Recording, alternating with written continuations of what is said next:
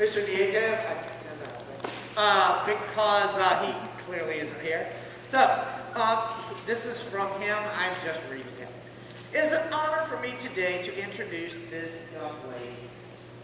Organizational skills, adaptability to different situations, and a great sense of leadership are skills that define her. She is not afraid of challenges and always sees life on the bright side. To enjoy the process while looking at the future with hope is what she calls for in her speech. With a warm heart, I introduce to you Keira.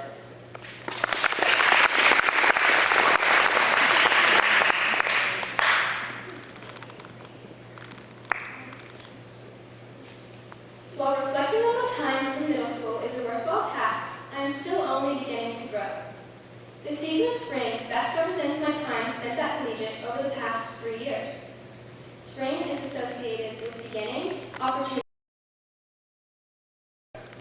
Before anything is finalized, any path is set, middle school is a time period for experimenting.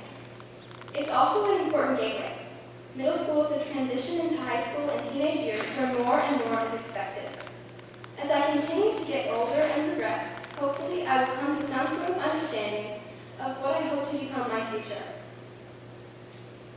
An excerpt from one of my favorite poems, Robert Frost's Stopping by Woods on a Snowy Evening, states, "These woods are lovely, dark, and deep, but I have promises to keep, and miles to go before I sleep, and miles to go before I sleep." I chose this excerpt to be my quote first because it is one of my favorite poems, and second, because I believe that it perfectly captures how middle school is not a means to an end, it's a means to a beginning. I will soon explain my growth physically, academically, socially, and internally, but I reflect that each of these traits are only beginning to develop and will continue to do so as I grow up. As I come to the end of my middle school journey, I keep in mind that I still have miles to go.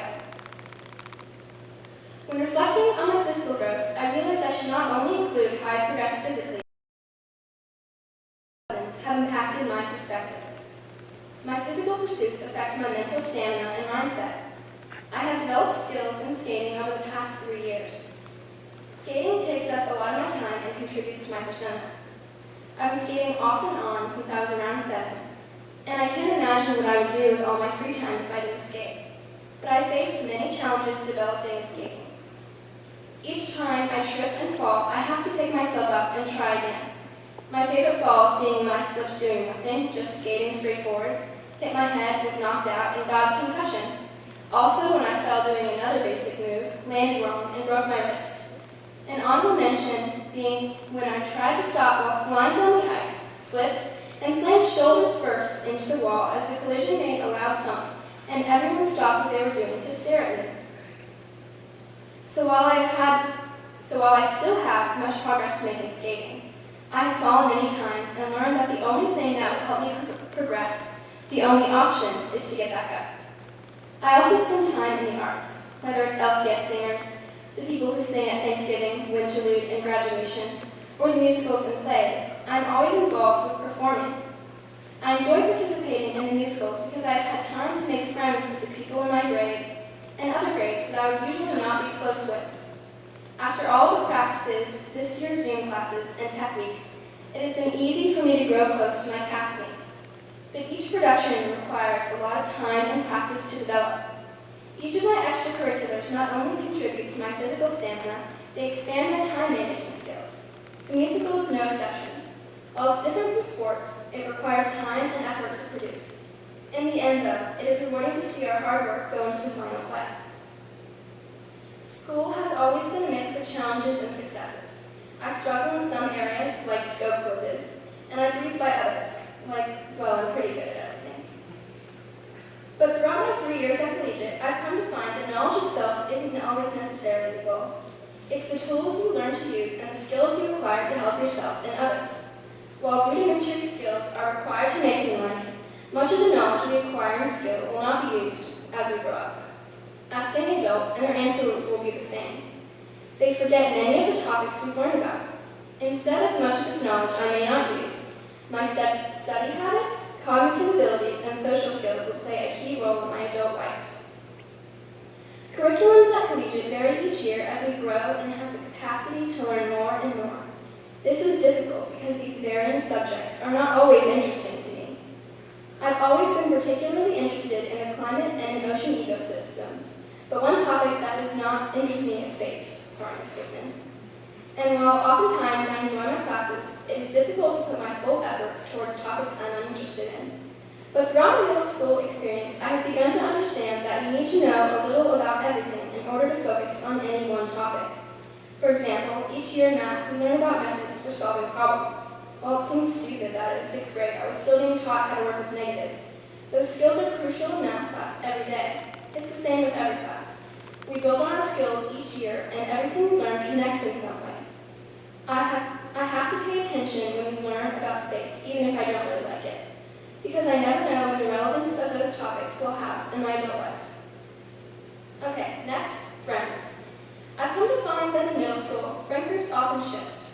Middle school students are at an age where we're still experimenting, and people change. There's drama, and sometimes people just drift apart. It's important to remember that nothing is set in stone. We're all still growing up. But because we're at a really small school, it's exceptionally difficult not to be friendly with people. While it's not plausible to be close with everyone, cutting ties after you've grown apart only leads to issues. Resentment and bias doesn't blend well with collegiate small community.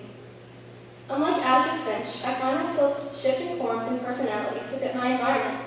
I sometimes make subtle changes to my personality, which affect how I'm perceived by others.